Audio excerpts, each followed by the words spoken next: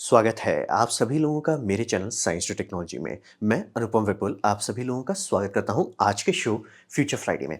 आज हम लोग एक इंपॉर्टेंट टॉपिक के बारे में बात करेंगे, यानी कि how to make India into super power in 2024। यानी कि आज से कौन-कौन से एक्टिविटी करते हैं जिससे कल को सुपर पावर बनेंगे, उसको समझते हैं। तो सबसे पहला, सबसे बड़ा वीक लिंक जो है इंडिया में, वो है इलेक्ट्रिसिटी थेफ्ट। और ये समझना ज़रूरी है आपको कि चाइना ने बहुत सारा चीज़ सही नहीं किया था, लेकिन एक चीज़ पे वो लोग टूट पड़े, मिसाइल मार दिए कि बिजली चोरी रुकवा दिए। जैसे कि इंडिया में बहुत सारे जगह पे आपको इलेक्ट्रिसिटी की चोरी से जान निकल रही है स्टेट गवर्नमेंट की, एक्सेप्ट गुजरात। गुजरात वाले पड़ गए थे, बहुत साल तक मेहनत की है, तब जाके वहाँ पहुँचे कि जहाँ पे चोरी ऑलमोस्ट नेग्लिजिबल हो गया। ज़ीरो कहीं नहीं होता, मैं क्लियर करता हूँ, ज़ीरो नहीं होगा, लेकिन इतना कम कर सकते हैं कि वो माइनर इश्यू में चला जाता है। वही देखिए मतलब चाइना पूरा एक कैंपेन चलाया था। जैसे कि मतलब समझिए गुजरात में मेहनत किया गया था, वैसा आप समझिए पूरा देश में किया गया चाइना केस में, और सब पे टूट पड़े। मतलब एकदम आदत तोड़ दिया लोगों का कि मतलब नहीं, आपको बिजली नहीं चोरी करना है। नहीं करना, आप गरीब हो, अमीर हो, फ़र्क नहीं पड़ता, आपको नहीं करना है तो मतलब नहीं करना है। और ऐसा 1-2 जनरेशन जब बीत जाता है, 1 जनरेशन जनरली 30 साल के कहा जाता है, जब वो हो जाता है तो फिर आपको टेंशन नहीं लेना पड़ता। फिर आपको बिजली चोरी के बारे में लोग सोचते भी नहीं हैं। तो उससे बहुत ग्रोथ हुआ, उसी के चलते वो वर्ल्ड फैक्ट्री बना। तो बोलेंगे भैया वर्ल्ड, लोग तो बोलते हैं चीप लेबर आया कैसे वहाँ पे? वही समझिए। और इसका एक सबसे अच्छा एग्ज़ाम्पल देते हैं साउथ अफ्रीका को आप लो। साउथ अफ्रीका वर्ल्ड का फैक्ट्री क्यों नहीं बना? क्योंकि वहाँ बहुत अच्छा ट्रेड रिलेशनशिप है, यानी कि वहीं से सब चीज़ मतलब बहुत मिनरल्स, रिसोर्सेज़ जाते हैं, और आधा से ज़्यादा जो मतलब रेयर मिनरल्स हैं, वो भी अफ्रीका में ही आता है। यानी कि अगर आप अफ्रीका में प्रोडक्ट बना रहे हो, तो पहली बात, आपका सी रूट हर जगह कनेक्ट करता है। दूसरी पास आपके पास आधा से ज़्यादा मिनरल्स खुद ही है, और ऑब्वियसली आप अपकमिंग नेशन हो, ऐसा नहीं कि बहुत हाई लिविंग स्टैंडर्ड है तो लोगों का कॉस्ट बहुत ज़्यादा है, तो आप क्यों नहीं बने? बिजली नहीं है। वहाँ बिजली इतनी खराब हो गई करंट सिचुएशन में, यानी 2024 में इतना बुरा हालत है कि प्रोटेस्ट हो रहे हैं। और प्रोटेस्ट कुछ ठीक नहीं कर सकता, लेकिन मतलब हालत बहुत खराब है। जैसे बोल रहे हैं ना, load shedding is threatens the lives of oxygen dependent patients, लोग मर रहे हैं। और इससे सबसे बड़ा दिक्कत होता है कि मीडियम क्लास बिजनेस गायब हो जाते हैं, और जहाँ मीडियम क्लास गायब होते हैं तो अपर क्लास सिर्फ डिसाइड करता है यार हम निकल जाते हैं देश से, फिर लोअर क्लास और नीचे गिर जाता है। मतलब समझिए मेंटेन, मतलब पिरामिड जो है जब तक स्टेबल है तभी तक ठीक है, लेकिन अगर पिरामिड का ऊपर वाला भाग गया दूसरा देश में, और मीडियम वाला कोलैप्स कर गया, नीचे वाले तो और नीचे गिर जाएंगे। और ये हो रहा है literally, load shedding is killing jobs. क्योंकि समझिए एक रेस्टोरेंट आप चला रहे हो, आप उसमें ऑब्वियसली जनरेटर खरीदोगे, ऑब्वियसली आप उसमें इन्वर्टर लगाते हो, लेकिन वो आप एज ए साइड कॉस्ट लगाते हो। ये नहीं होता कि आपको जनरेटर पे रेस्टोरेंट चलने लगे, क्योंकि वैसा अगर होगा आप बोल जाइएगा, तुरंत आप बोल जाइएगा, आप बोलेंगे नहीं नहीं सोलर कर सकते हैं। बात है, सोलर के लिए भी तो पैसा लगता है, सोलर के लिए भी तो पैसा लगता है। और रहा बात स्टार्टिंग में, आपके पास कहाँ से उतना बड़ा पैसा आएगा? बहुत लोग सोलर कर सकते, मैं खुद करना चाहता हूँ सोलर, लेकिन नहीं है मेरे पास 10 लाख रुपया जो लगेगा मतलब ढंग से सोलर करने में। तो कॉन्टेक्स्ट वही रहता है, अगर आप पावर स्टीलिंग को रोक नहीं पाते हैं, वो अनचेक्ड डूम बन जाता है। मतलब आपको लगता है इंडिया में बिजली खराब है, डिपेंडिंग आप कहाँ रहते हो, किस स्टेट में रहते हो, किस एरिया में रहते हो। अ, साउथ अफ्रीका का आते हुए बोले, साउथ अफ्रीका घूम के आइए, उसके बाद बोलिएगा कि सर इंडिया में तो कभी लाइन भागता ही नहीं, ये क्या प्रॉब्लम है, हमने तो सुना ही नहीं है। और इलॉन मस्क बहुत सही टाइम पे निकला था, कुछ साल अगर रुक जाता, मतलब बीच का एक टाइम अच्छा था साउथ अफ्रीका जो ग्रोथ कर रहे थे, लेकिन वो जैसे बिजली वाला प्रॉब्लम शुरू हुआ, खत्म। यही बोल रहे हैं, यही है सबसे बड़ा अंतर, चाइना जो समझ गया कि अपकमिंग नेशन में चाइना मिसाइल मार के पढ़ाता लोगों पे कि चोरी नहीं करना है। हम लोग उसको अभी भी सीरियसली नहीं लिए हैं। और आप किसी भी स्टेट का देखिए, तो कोई स्टेट बोलता है हमारे पास 30,000 करोड़ का चूना लगा हुआ है, हमारे पास 50,000 करोड़ का चूना लगा। मतलब देश को चूना कैसे लगता है? ऐसे ही लगता है बिजली चोरी से। और वो पैसा कभी नहीं चुकाया जा सकता, क्योंकि बिजली तो आपने खा गया, उसके लिए जो फ्यूल कंजम्पशन हो गया वो डेट चढ़ गया, अब डेट गवर्नमेंट को फॉरगिव करना पड़ रहा है, तो अब उसके लिए इन्फ्लेशन बढ़ जाता है। समझना बहुत ज़रूरी है। चीप लेबर का कोई मतलब नहीं है अगर फैक्ट्री डीज़ल जनरेटर पे चल रहा है। यही हुआ अफ्रीका में, इसीलिए अफ्रीका का हालत बद से बदतर हुआ। साउथ अफ्रीका एक टाइम में आगे जा रहा था, वहाँ से डिवॉल्व करने लगा क्योंकि बिजली आउट ऑफ हैंड चला गया। और सोलर में भी जाने के लिए सबके पास रिसोर्सेज़ नहीं हैं, नहीं कर सकते सब। तो यही कॉन्टेक्स्ट रहता है। और एक बहुत इंपॉर्टेंट बात है जो मतलब चाइनीज़ लोग समझ गए, मतलब ये आप मानो अच्छा चाहे नहीं मानो, लेकिन वो समझ गए कि poverty does not justify stealing. मैं गरीब हूँ इसलिए मैं चोरी करता हूँ, ये नहीं कर सकते। ये आप हर रिलीजन में, चाहे क्रिश्चियनिटी हो, इस्लाम हो, हिंदूत्व हो, सब में चोरी नहीं करना है। जैसे कि हमारे में है सिंपल कि भैया अगर आपकी बैंड बज रही है इस ज़िंदगी में, तो वो आपने पिछले ज़िंदगी में बहुत ज़्यादा तांडव किया था, इसमें आप वो सारा दर्द सहिए और रीसेट कीजिए। अगर आप दर्द बायपास करते हैं, अगले में और बढ़ के आ जाएगा। हर रिलीजन में घुमा फिरा के यही कॉन्सेप्ट है कि आपको टेंशन नहीं लेना, आपकी लाइफ की बैंड बज रही है, आप बुरा चीज़ उससे जस्टिफाई नहीं कर सकते। और एक दूसरा कॉमन चीज़ आपको सोचना पड़ेगा कि आपके पास पावर ड्रॉ है कैसे?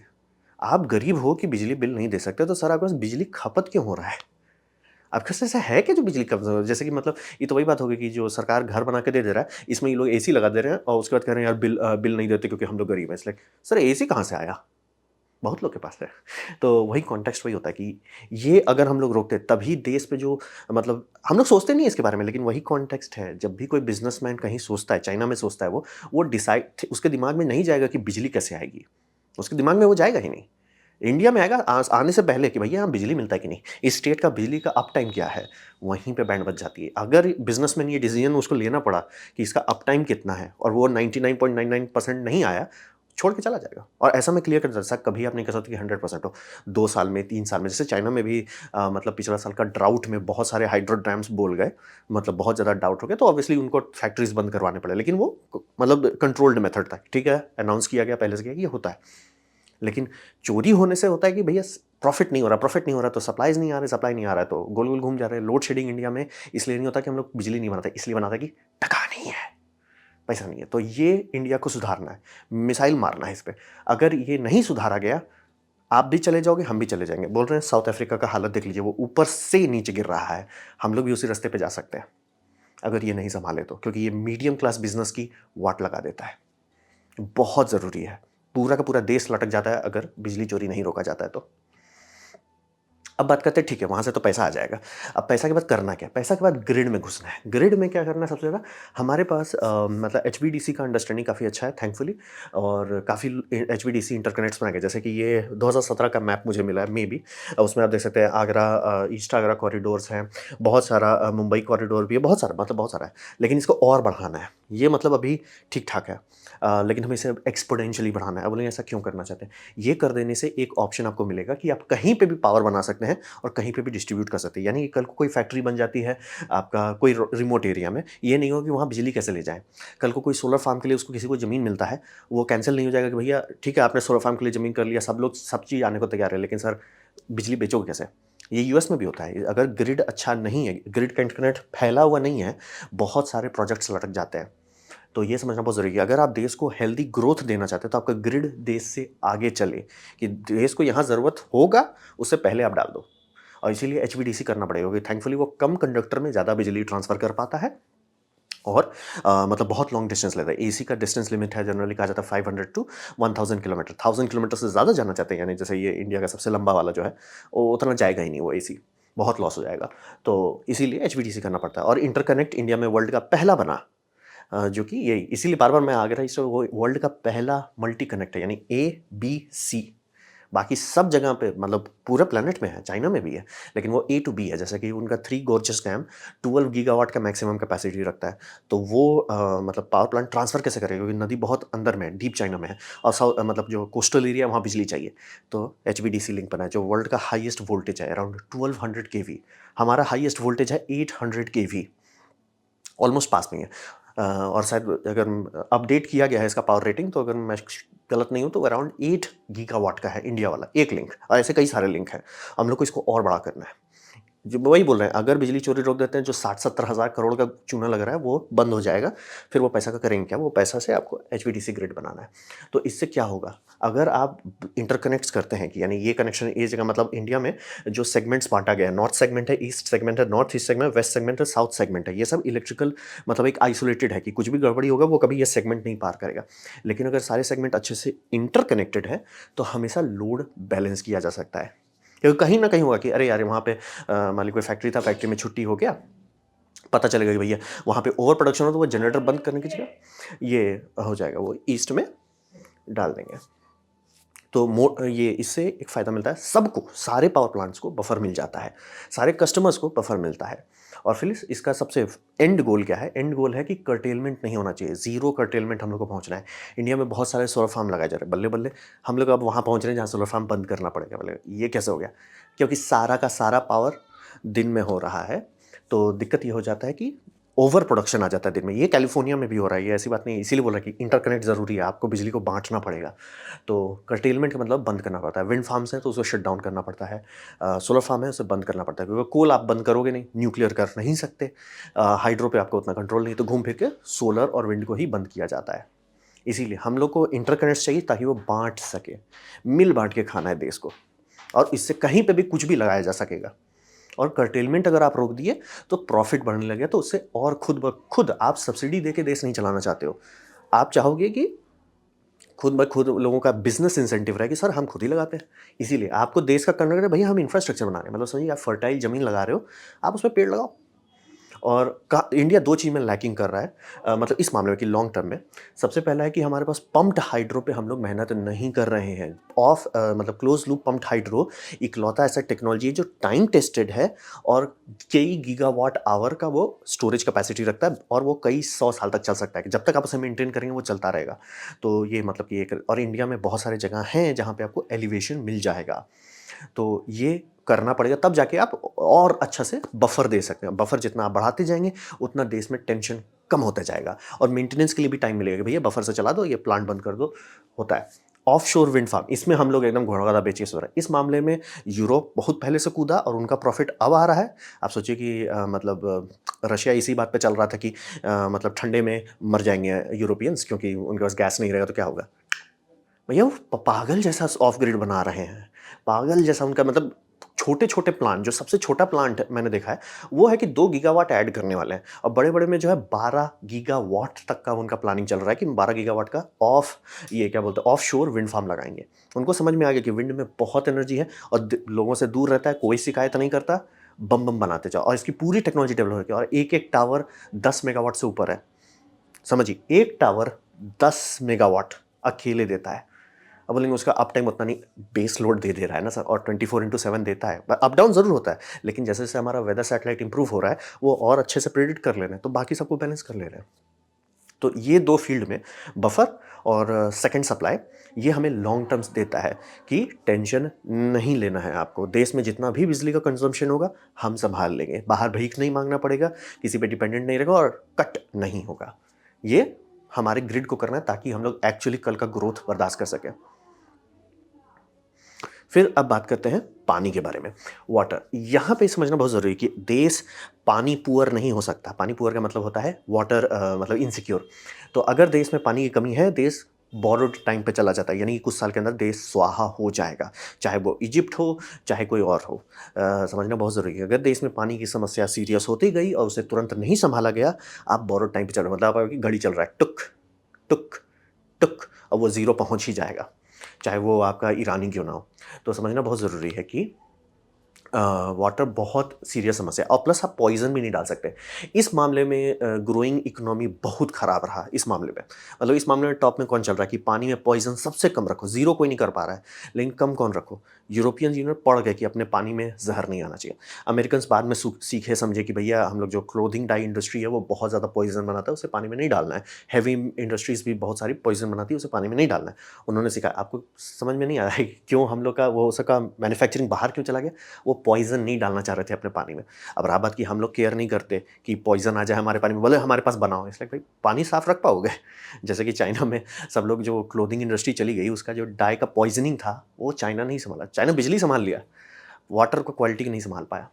तो ये दोनों को हम लोग को लॉन्ग टर्म सँभालना है। अगर आप कल चाहते हैं कि देश भूखा ना मरे, तो ज़रूरी है कि पानी सॉल्व करें, और पानी सॉल्व करने में पानी में बहुत सारा कंटामिनेंट्स होता है। सबसे खतरनाक, सबसे ज़हरीला इंडस्ट्रियल वेस्ट होता है। ये नहीं हो सकता हमारे यमुना नदी का हालत, नहीं हो सकता सर। ऐसे रहेंगे हम लोग, यानी मतलब लिटरली हम लोग अपना भविष्य का ये काटते जा रहे हैं। उधर से अब ज़ीरो का टाइमर लगा दिए हैं, टक, टक, टक, टक करके ऊपर जा रहे हैं।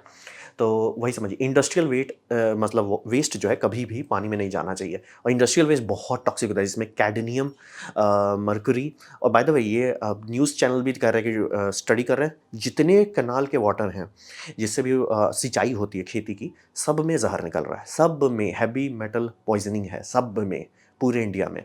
और वही समझिए कि अगर पानी में कंटेमिनेशन है, यानी कि रिवर्स में इंडस्ट्रियल वेस्ट घुसा, वो चला जाएगा पानी में जाएगा वो खाने में, यानी कि जब सिंचाई के लिए पानी इस्तेमाल किए, और फिर वो आपके पेट के अंदर चला गया, यानी कि अब लेड पॉइजनिंग आपको हो रहा है। अब बोले भैया लेड तो मैंने मेरे घर में नहीं है, इधर उधर नहीं है। नहीं सर, आप जो खाना ला रहे हो ना, उस खाने के अंदर लेड है, क्या करोगे आप? तो वही सीरियस होता है कि इससे लाइफ स्पैन भी छोटा हो जाता है और इल भी रहने लगता है, यानी कि आप बीमार होने लगेंगे। और ये दिख रहा है इंडिया में, बाय द वे से हर मतलब न्यूज़ चैनल इसको कवर कर चुका है एक पॉइंट पे, जहाँ पे कि सर हमने पानी की स्टडी की, इसमें मरकरी है, इसमें कैडमियम है, सब है। तो ये समझना बहुत ज़रूरी है कि ये हमें ब्रेक लगाना पड़ेगा। इस मामले में हमें यूरोप से सीखना पड़ेगा। जैसे बिजली चोरी में चाइना से सीखो, इस केस में इससे सीखो, यूरोप से सीखो, क्योंकि वो लोग एकदम पड़ गए अपना नदी में, ना जी ना। उनके नदी में आप गिरोगे, बच जाओगे, हमारे नदी में गिरोगे, ऊपर पहुँच जाओगे। तो ये समझना बहुत ज़रूरी है।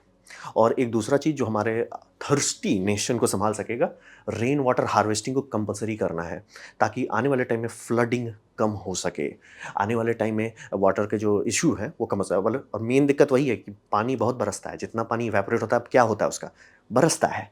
तो प्रॉब्लम क्या है? प्रॉब्लम है कि हमने कंक्रीट जंगल बना दिए, यानी कि वेटलैंड्स ज़ीरो कर दिए हैं। तो पानी अंदर नहीं जा रहा, बह जा रहा है, इसीलिए फ्लैश फ्लडिंग इतनी ज़्यादा हो रही है, इसीलिए फ्लडिंग इतना ज़्यादा इंटेंस हो गया। क्योंकि ऐसा थोड़ी होता है कि रेन एक जगह पे बहुत होता है, रेन एक बहुत बड़ी एरिया में होता है, लेकिन जनरली नेचर ऐसा था कि वेटलैंड्स होते थे, वो एब्जॉर्ब कर जाता, उसको हमने खा गए। अब रहा बात कंक्रीट डाल दिया, कंक्रीट में पानी बह जाता है। तो हमें खुद से करना पड़ेगा, ये पानी का भी समस्या सॉल्व करेगा, दूसरा फ्लडिंग का इंटेंसिटी भी कम करेगा। काफ़ी फ़ायदेमंद चीज़ है, इस पे करना पड़ेगा। छोटे-छोटे इंसेंटिव्स लिए गए हैं, लेकिन देश मिसाइल नहीं मारा है इस पे कि हमको इसको करना है, यानी 2030 तक इसको सॉल्व कर देना है, अभी वहाँ नहीं पहुँचे। तो ये पानी मतलब हमें सुपर पावर बनने से रोक रहा है, क्योंकि पानी में अगर ज़हर आ गया है, जो कि आ चुका है, हम लोग का रास्ता लंबा नहीं है। अब बात करते हैं ईंधन का। आपने बिजली कर दिया ठीक है, लेकिन गाड़ी तो चलाना पड़ेगा सर, ईंधन कैसे आएगा? तो यहाँ पे आते हैं हम लोग, जो सबसे कड़वा चीज़ है कि हम लोग टाइम वेस्ट नहीं कर सकते, जो कर रहे हैं एथेनॉल पे या कोई भी लैंड बेस्ड बायोफ्यूल, कोई भी फिज़िक्स नहीं अलाउ करता है कि आप कोई भी, चाहे वो कॉर्न हो, शुगर केन हो, चाहे जट्रोफा हो, चाहे सोयाबीन हो, कुछ भी, बाय लॉ ऑफ फिज़िक्स आप नहीं कर सकते। देश का कंज़म्पशन देखिए और पर हेक्टेयर का आउटपुट देखिए, किसी भी फार्म का, और उसको आप मैच कराने की कोशिश कीजिए, कितना हेक्टर चाहिए। देश में उतना सरफेस एरिया नहीं है जो आपको दे सके, पॉसिबल नहीं है, मैथमेटिकली अलाउड नहीं है। ये सब मतलब समझिए एक शुरू-शुरू में, यानी कि रूडोल्फ डीजल के टाइम में किया जा सकता था। वो कब था? 1800 में, 1875 के आसपास में। तो उन्होंने किया था वो, मतलब आपका इसीलिए डीजल इंजन मतलब डीजल के नाम पे रखा गया, रूडोल्फ डीजल के नाम पे डीजल रखा है। बाद में पता चला कि क्रूड ऑयल के डिस्टिलेशन में डीजल जैसा एक चीज़ निकलता है, तो उसे भी हम लोग डीजल कहने लगे। डीजल इंजन डीजल से पहले आया है। तो वही समझिए आप, अभी भी कोई मतलब कोई भी सरसों तेल, कुछ भी तेल जो है, वो आप डाल सकते हैं डीजल इंजन में, वो चलेगा। क्यों? वो कंप्रेशन बेस्ड है, काम करेगा। तो उस टाइम में सही था, और हेनरी फोर्ड भी वही किया कि वो शुरू में ही एथेनॉल पे गए थे। लेकिन हमारी आबादी, हमारा कंजम्पशन इतना बढ़ गया कि अब लैंड बेस पे नहीं चल सकते, फिजिक्स नहीं अलाउ करता। और दूसरी बात, लैंड इसके लिए ज़रूरी है, खाना चाहिए आपको, वो ज़्यादा ज़रूरी है। तो इसीलिए ये नहीं कर सकते। और डेटा क्लियर है, मैं नहीं बोल रहा हूँ, ये मैं क्लियर कर दे रहा हूँ, मैं नहीं बोल रहा हूँ। जितने भी देश ने इस पे खुदाई किया, सबके साइंटिस्ट लोगों ने रिसर्च करते हैं हर कुछ साल में। जैसे यूएसए को भी भूत काटा था कॉर्न वाला, तो उन्होंने बोला कि ठीक है हम 10 साल ट्राई करते हैं। अब सिर पीट रहे हैं कि उन्होंने जो जहर डाल दिया वो हटा नहीं सकते, क्योंकि सारे फार्मर बोल रहे हैं कि सर हमने तो पूरा सारा इकोसिस्टम कॉर्न पे किया हुआ है, सब चीज़ उनका कॉर्न पे हो गया। और वहाँ की पब्लिक रो रही है कि भैया हमारा खाना क्यों महंगा हो रहा है, इसलिए तेल बना रहे हो उससे। तो वही वाला समझना बहुत ज़रूरी है कि चाहे आप ब्राज़ील का ही ले लो, सब जगह का वही है कि हम शुगर केन करेंगे, भूखे मरेंगे, हम कॉर्न करेंगे, हम भूखे मरेंगे। ये लॉ ऑफ फिज़िक्स आप नहीं ब्रेक कर सकते। तो ये सीधा-सीधा है, हर देश में जहाँ पे ये किया जा रहा है, धीरे-धीरे फूड प्राइस भागते जा रहा है। और प्लस ये समझिए, तो करें क्या? मतलब ईंधन चाहिए, करें क्या? करने का थैंकफुली इंडिया के पास सी बॉर्डर है, हम लोग लैंडलॉक्ड नहीं है अफ़गानिस्तान जैसा, तो अपने पास सी बॉर्डर है। तो सी बॉर्डर में सबसे बड़ा फ़ायदा क्या है? Seaweed biofuel. अब सीवीड बायोफ्यूल का यील्ड, यानी कि पर kilometre bye kilometre, 1 kilometre square का एरिया देते हैं, उसमें कितना यील्ड देगा, वो एक्सपोनेंशियली ज़्यादा है किसी भी लैंड बेस्ड सिस्टम से। और उससे ज़्यादा आप जा सकते हैं? हाँ, जा सकते हैं। उसके लिए लेकिन आपको एलजी में जाना पड़ेगा। एलजी के लिए फ्रेश वाटर लाना पड़ेगा। पानी का तो ऐसे ही कमी पड़ रहा है, आप फ्रेश वाटर ला नहीं सकते। और मतलब generally fresh water best case scenario होता है 400 लीटर से 600 लीटर पर लीटर फ्यूल के लिए। उतना पानी नहीं है लैंड में, फ्रेश वाटर नहीं है। सी वाटर टेंशन नहीं है, ख़त्म नहीं होने वाला। और खासतौर पे इंडिया में तो ओशन से टूटे हुए हैं, ऐसा भी नहीं कि सी है, आइसोलेटेड है, वो ख़त्म हो जाएगा। हम लोग को तो टेंशन भी नहीं लेना है। तो वही समझिए कि इंडिया को सीवीड पे कूदना पड़ेगा, इससे देश इंडिपेंडेंट बनेगा। अभी हम लोग इंडिपेंडेंट नहीं, अभी कल को ओपेक का मूड हो जाए कि इंडिया की ले लें, तो वो ले लेंगे, हम लोग कुछ नहीं कर सकते, बस हुलू-लुलू करते रह जाएँगे, कुछ नहीं कर सकते। तो वही समझिए कि इंडिपेंडेंट के लिए आपको ऐसा ना होगा सर हमारे पास अपना है, हम सँभाल लेंगे। वो करने के लिए सीवीड जाना होगा क्योंकि हमारे पास बॉर्डर है, इंटरनेशनल बॉर्डर है और प्लस बहुत बड़ा ये है क्या बोलते हैं, एरिया है, कोई टेंशन नहीं लेना है। एनर्जी सिक्योरिटी, देश सुरक्षित रहेगा अगर अपना प्रोडक्शन रहेगा। और फिर मतलब प्रदूषण कम करने के लिए सीरीज़ हाइब्रिड में घुसना है हेवी व्हीकल्स के लिए। हेवी व्हीकल्स में वो कॉस्ट इफेक्टिव रहेगा, देश का डीजल का कंजप्शन कम होगा और रेलवे पे तो काम किया ही जा रहा है जो एनर्जी से चलेगा। तो रास्ता है, ये लॉन्ग टर्म सॉल्व करता है। हुलू-लुलू किए कि हम फूड से कर देंगे, ये कर देंगे, भैया खाने को नहीं मिलेगा, भूखे मर जाओ। और देख लीजिए किसी भी देश में जिसने भी ट्राई किया सब भूखे मरा है। भूखे मरने का मतलब होता है कि आपका दाम इतना बढ़ने लगेगा, धीरे-धीरे बोले या आलू एक टाइम सस्ता होता था। अब बात करते हैं एजुकेशन में, बिना बुद्धि के तो ये सब नहीं होगा। तो एजुकेशन पे ये समझिए कि हम लोग अभी ये पूरे एशिया में है कि हम लोग बहुत गरीब हैं, तो हम लोग कॉम्पिटेंसी नहीं बनाते हैं, हम लोग मेमोरी बनाते हैं कि रट्टू तोता बनाते हैं। मतलब हम लोग पूरा एजुकेशन सिस्टम रट्टू तोता बनाने पे है। इसीलिए देख लीजिए कि इंडिया में सबसे बेस्ट आउटपुट क्या है कि भैया हम कहीं जाके वर्कर बन जाते हैं, भले सीईओ बने लेकिन वर्कर ही हैं और सीईओ भी मार्क टू सीईओ हैं। बहुत रेयर केसेस में, ऐसा नहीं कि जीरो, मैं क्लियर कर देना जीरो नहीं है, ओनली फैंस हम ही ने बनाया है। तो बहुत कम केसेस में कि है कि इंडिया गया, उसने शुरू से बनाया। ऐसा नहीं कि ज़ीरो नहीं, बोथ ऑब्वियसली, लेकिन बहुत रेयर है। मेजॉरिटी में है कि हम लोग जाके वर्कर बने और धीरे-धीरे ऊपर तक चल गए, सीईओ का पोस्ट दे दिया गया। लेकिन कि हमने ज़ीरो से स्टार्ट किया वो बहुत कम है। क्यों? रट्टू तोता ज़्यादा है। वर्कर बहुत अच्छा बनाते हैं, इंडियन, जापानीज़, चाइनीज़, ये सब वर्कर के मामले में कॉम्पिटिशन नहीं करना, हम लोग धो देंगे। ज़ीरो से कुछ करो खैर इसीलिए तो हम लोग वहाँ जाते हैं। वहाँ पे सिर्फ़ वही है एक चीज़ है, ज़ीरो से वो लोग करने वाले रहते हैं। तो हम लोगों को करना क्या है? देश को आगे बढ़ाना, ठीक है, वो एस्पिरेशन हो गया, वो अचीव कैसे करेंगे? हमें ये करना है कि किड अपने एप्टीट्यूड को मास्टर करें। ये गरीब देशों का सबसे बड़ा ज़हर होता है। हम लोग का है कि हम लोग गरीब हैं तो मंदबुद्धि हो जाते हैं। मंदबुद्धि हो जाते हैं तो लगता है कि दुनिया में से 2 ही चीज़ें, डॉक्टर या इंजीनियर। तो उससे प्रॉब्लम ये होता है ना कि स्मार्ट बच्चे ज़हर बन जाते हैं। बोले ऐसा कैसे हो गया भाई? अब सोचिए इंजीनियरिंग, एक्चुअल काम जो है इंजीनियरिंग का, ये नहीं बोल रहा हूँ कि पढ़ाई। इंजीनियरिंग के बाद आपको जो काम करना है 30 साल तक, वो बहुत ही कड़वा होता है। वो कुछ ही लोगों को पसंद आया। कुछ ही लोगों को पसंद आएगा कि भैया मैं बैठ के सोल्डरिंग कर रहा हूँ, मैं बैठ के पीसीबी ट्रेस डिज़ाइन कर रहा हूँ, मैं बैठ के ये कैलकुलेशंस कर रहा हूँ, कुछ ही लोगों को पसंद आएगा। अगर आप फ़ोर्स करते हो अपनी कम्युनिटी में कि सबको इंजीनियर बनना है, तो स्मार्ट बच्चे भी घुस जाएँगे जिनका एप्टीट्यूड नहीं है। जैसे ही वो इंजीनियरिंग कंप्लीट करेंगे, रियल वर्ल्ड में घुसेंगे, वो इंजीनियरिंग फील्ड छोड़ देंगे। ये इंडिया में बहुत कॉमन है कि इंजीनियरिंग करते हैं, एमबीए करके कुछ और कर लेते हैं। ऐसा क्यों है? उनके पास एप्टीट्यूड नहीं था, वो उनकी इच्छा नहीं थी, उन्हें फ़ोर्स किया गया था। वो खुद भी डूबे, उनका भी लाइफ में फालतू का टाइम वेस्ट हुआ और प्लस आपने देश में एक इंजीनियर का नंबर कम कर दिया। पेपर में आपने दिखा दोगे इंजीनियर बना, लेकिन इंजीनियरिंग एप्टीट्यूड ज़रूरी है। एप्टीट्यूड नहीं है, नहीं कर सकते। जैसे बोले ना कि हर किसी को अलग-अलग गाना क्यों पसंद आता है, राइट? इसीलिए दुनिया में इतने सारे सिंगर्स हैं, क्योंकि सबका रेजोनेंस अलग होता है। तो सेम एप्टीट्यूड पे भी है। कुछ ही लोग हैं दुनिया में जिनको मैथ पसंद आएगा, वो मैथ में घुसेंगे, गर्दा उड़ा देंगे। अब उन्हें ज़बरदस्ती का फोर्स करते हो कि इंजीनियरिंग कर दो, अब बोलेंगे मैथ और इंजीनियरिंग, यही तो बोल रहे हैं, मैथ का एक अलग इकोसिस्टम है, हम लोग को पता भी नहीं है। तो वो इंजीनियरिंग करेंगे और छोड़ के कुछ और कर लेंगे, बोलेंगे एंड में बैंकिंग में चले गए। बहुत लोग के साथ होता है। मतलब उनको बायोलॉजी में इंटरेस्ट नहीं है, उनको किसी और चीज़ में, जैसे उनको केमिस्ट्री में इंटरेस्ट है, बायोलॉजी में आप फोर्स कर दोगे वो डॉक्टर बन जाएंगे क्योंकि वो एक्चुअली कॉम्पिटेंट है, लेकिन वो फार्मास्यूटिकल रिसर्च की जगह पे पहुंच जाएंगे, भाई फालतू का फायदा हो गया। तो वही समझिए, एप्टीट्यूड ग्रो करना है। लाखों फील्ड हैं दुनिया में और इंडिया में हम लोग वहाँ पे ग्रोथ हुआ ही नहीं हमारा, जहाँ पे समझ में आया कि सर आपका एप्टीट्यूड है, तो ही उसको सालों साल खींच पाओगे। हम लोग एग्ज़ाम से आगे सोच ही नहीं पाते। मतलब सारे माँ-बाप का है ना कि मेरा बच्चा मर जाएगा जैसे ही एग्ज़ाम क्लियर हो जाएगा, फिर मेरा टेंशन नहीं है। मतलब बच्चा मर गया ना भाई, अब मेरे को क्या टेंशन है, अब खटो खुद। इट्स लाइक आपने फ़ोर्स कर दिया उस फील्ड में जहाँ उसका एप्टीट्यूड नहीं है, तो जैसे रियल लाइफ़ का ग्राइंड आएगा, वो इतना बोरिंग होगा, इतना टीडियस होगा कि बोले भाई हम क्यों करें? ये हो रहा है। आप लोग कभी सुनते हैं इंडिया में इतने सारे इंजीनियर होने के बाद सब जॉबलेस क्यों बैठे हुए? एप्टीट्यूड नहीं था, सारे ने एग्ज़ाम क्लियर किया, सब आईआईटी-वाईटी कर लिए, एप्टीट्यूड नहीं था। वही, अब रहा बात कि इसको सॉल्व कैसे करें या इसे उजागर कैसे करें कि भाई बच्चा का एप्टीट्यूड कहाँ है? तो 2 चीज़ पे टूट के ध्यान देना है। सबसे पहला, मेकर स्पेस पे सारे बच्चों का एक्सेस होना चाहिए। मेकर स्पेस यानी कि एक एरिया रहता है जहाँ पे बच्चे तांडव कर रहे हैं। मतलब वहाँ पे लोग रहते हैं सिर्फ नज़र रखने के लिए, आपको रोकना नहीं, इंटरफियर नहीं करना है। बच्चे खुद से प्रोजेक्ट बनाते हैं, आप थोड़ा गाइड करते हो कि भैया तुम ये करो, वो करो। लोग कोडिंग करने लग जाते, इसमें बच्चे जो लैपटॉप के साइज़ के बच्चे हैं, वो कोडिंग करके गर्दा उड़ा रहे हैं क्योंकि उनका एप्टीट्यूड मैच किया, उड़ रहे हैं। कुछ लोग हैं भैया बैठ के वो मिनिएचर रोबोटिक्स पे काम कर रहे हैं। कुछ लोग हैं कि भैया 3D मॉडलिंग कर रहे हैं, उनका एप्टीट्यूड मैच कर रहा है। मेकर स्पेस एक खुला जगह देता है जो काफ़ी लोगों को वो पकड़ा देगा कि सर आपका एप्टीट्यूड यहाँ है, इस रास्ते पे आप चलोगे, आप गर्दा उड़ा दोगे। तो वो हो जाता है। दूसरा, आपको बच्चों में ग्रो क्या करना है, ये भी दूसरी बात है जहाँ पे गरीब लोग होते हैं, वो इसीलिए हम लोग जनरेशनल भिखारी बन जाते हैं। सेल्फ स्टडी पे कभी ध्यान नहीं देते। इंडिया में है कि बच्चा के पास 5 मिनट नहीं होना चाहिए, उसकी ना हम ले लेंगे।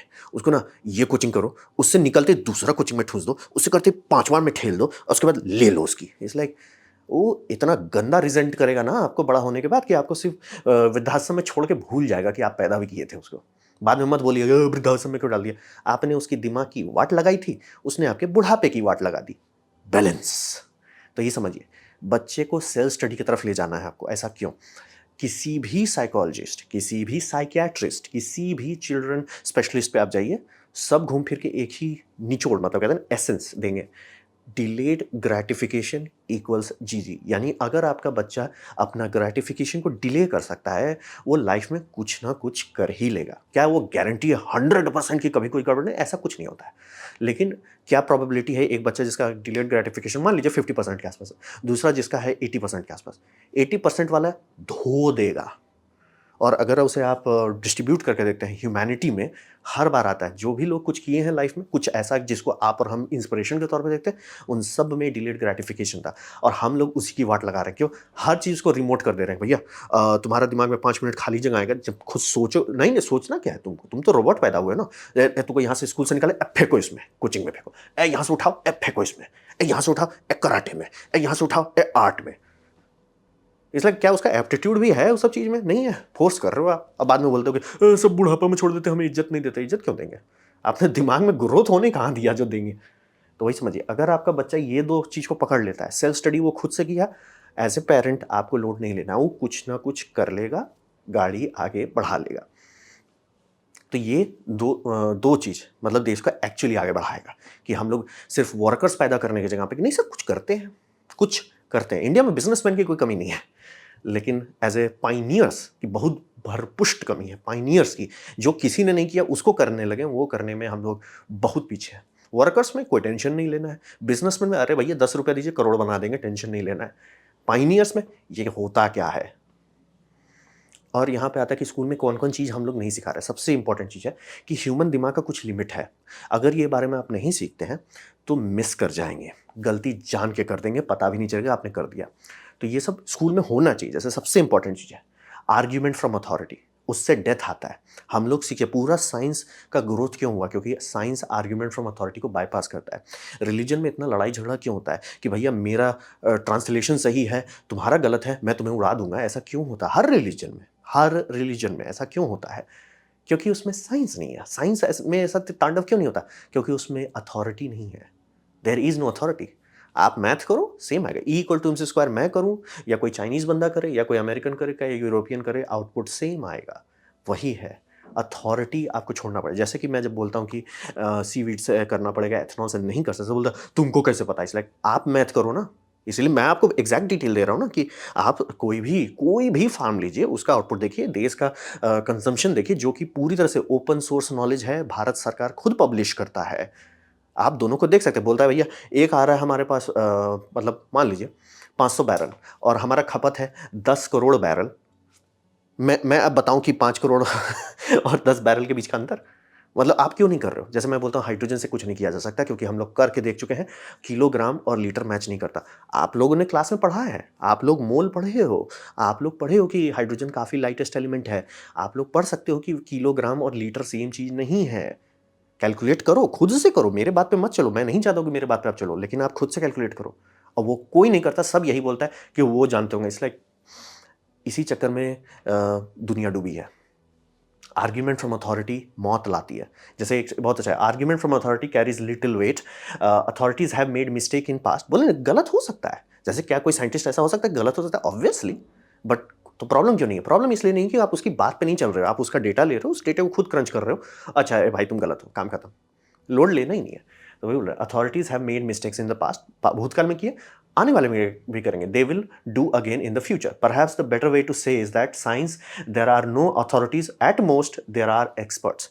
आप वो कैलकुलेशन आसानी से कर सकते हो। जैसे कि मैं बोल रहा हूँ हाइड्रोजन वाला कैलकुलेशन, तो मुझे टाइम लगा, मतलब पेपर में लिख के करना पड़ रहा है कि भैया 1 लीटर पानी में मतलब ये अगर आप करना चाहते हैं कि कितना 1 किलोग्राम हाइड्रोजन के लिए कितना लिक्विड आपको ये चाहिए हाइड्रोजन, तो अराउंड होता है 11 किलो। ऑब्वियसली जो लोग मैथ में प्रोफिशिएंट हैं वो तुरंत बता देंगे, अरे भैया इतना मोल है इसका, ये कैलकुलेशन होता है, ऐसे करना पड़ता है आपको, करीब 100 लीटर लेना पड़ेगा तब जाके 1 किलो हाइड्रोजन मिलेगा लगभग। वही बोल रहे हैं कि आप खुद कैलकुलेशन कर सकते हो, लिख भी सकते हो नीचे कमेंट में। लेकिन वो अगर लोग नहीं करते तो हर कोई इसी बात पे चल रहा है कि एक बंदा जो गलत हुआ होगा, शुरू में गलत कर दिया, कोई उसे चेक नहीं कर रहा है, सब बस उसी के पीछे चल रहे हैं। उनको पता है, उनको पता है। इसलिए फायदा क्या हुआ पढ़ाने लिखाने का? अगर यही आपका जवाब आता है एंड में, उनको पता है। खुद से ठंडे दिमाग से सोचिए कि आपको पढ़ाने लिखाने का फायदा क्या हुआ अगर एंड में आपका जवाब ये आता है, वो वहाँ उस गद्दी पे बैठा है, वो सही जानता होगा। इसलिए क्या होगा अगर वो गलत हो? भगवान है। क्योंकि आपको ये दिमाग में ये आना होगा कि आप मान रहे हो कि वो भगवान है, कभी गलती नहीं कर सकता। अगर आप उस लेवल तक डैमेज्ड हो गए हो, आई एम सॉरी। ये समझना बहुत ज़रूरी है। आर्ग्यूमेंट फ्रॉम अथॉरिटी देश ले डुबाता है, और हम लोग सीख चुके हैं, हिस्ट्री भरा पड़ा है इस तरीके से। और दूसरा एक कड़वा चीज़, प्रेटो डिस्ट्रीब्यूशन जो है, यानी कि ये इस तरह का डिस्ट्रीब्यूशन जो है, ये बहुत कड़वा चीज़ है, लेकिन बच्चों को पता होना चाहिए। ये मतलब कहा जाता है कि कॉज एंड इफेक्ट जो है ना, डायरेक्ट कोरिलेशन नहीं है। यानी कि बहुत कम कॉजेज़ बहुत ज़्यादा इफ़ेक्ट आ सकते हैं। यानी कि आप 100 चेंजेस करो अपने लाइफ़ में, 80% चेंजेस से कोई ख़ास फ़र्क नहीं पड़ा, लेकिन एक छोटा चेंज आप कर दोगे, अरे! दुनिया बदल गया। तो वो ये हर चीज़ में लागू होता है। सबसे कड़वा बात इसका ये है कि क्लास में कितने बच्चे स्मार्ट होंगे? कुछ ना कुछ हमेशा स्मार्ट होंगे। इसीलिए हम लोग कहते हैं ना कि एक भिखारी पैदा हुआ, अंबानी बन गया। इसलिए भाई हर नहीं बनेंगे। प्रेडल डिस्ट्रीब्यूशन समझना ज़रूरी है, तभी आप ये सब मैथमेटिकल लूप होल में नहीं फँसेंगे। आपको कोई बोलेगा हमारे स्कूल से टॉपर निकलते हैं, इट्स लाइक भाई हर स्कूल से निकलते हैं। आपके दिमाग में प्रेडल डिस्ट्रीब्यूशन रहेगा, आप बोले भैया ये रिजेक्ट करो। ये जो बेस्ट ऑफ द बेस्ट है उसे फ़िल्टर करके हटा दो, क्योंकि वो किसी भी स्कूल में रहते हैं, बेस्ट ऑफ द बेस्ट ही रहते हैं। वो लड़कों की कैपेबिलिटी है, लड़कियों की कैपेबिलिटी है, स्टूडेंट की कैपेबिलिटी है, उसको हटाओ। आप बताओ कि मेजॉरिटी का क्या हो रहा है? यानी कि मान लो उसे परसेंटेज में अगर आप डिस्क्राइब करना चाहते हैं, तो आपके 60% मतलब आपके क्लास में 100 बच्चे घुसे हैं, तो 60 बच्चों का क्या हो रहा है? एक का नहीं, क्योंकि हर स्कूल में एक ना एक बंदा भयानक इंटेलिजेंट होगा, जो प्रेरलल डिस्ट्रीब्यूशन के टॉप में आता होगा, वो गर्दा उड़ा देगा। बाकी सबका क्या हो रहा है? तब जाके आप एक्चुअली देख पाओगे, अच्छा ये सही स्कूल है, यहाँ पे मतलब एवरेज का लेवल ऊपर है, यहाँ पे 1-2 ठो टॉपर्स निकल जाते हैं, उसी के भरोसे ये लोग पूरा मतलब मार्केटिंग कर रहे हैं। कड़वा है, लेकिन फैक्ट ऑफ लाइफ है। ये पता रहने से आप थोड़ा-सा सतर्क रहेंगे, सावधान रहेंगे, और जब आपको कोई मल्टी लेवल मार्केटिंग स्कीम करने आएगा, आप समझ जाओगे बेटा चूना मत लगाओ, हर कोई बिलियनियर नहीं हो सकता। ये लॉ लगेगा। कड़वा है, लेकिन सच है, और पता अगर बच्चों को है, तो वो सावधान रहेंगे, सतर्क रहेंगे। नहीं रहेंगे, फिर आप बोलोगे, "भैया ये यूट्यूबर ने हमें चूना लगा दिया, दूसरे यूट्यूबर के पास जा रहे हो कि भैया ये चूना को अनचूना करो।" इसलिए कि आपने चूना खाया क्यों?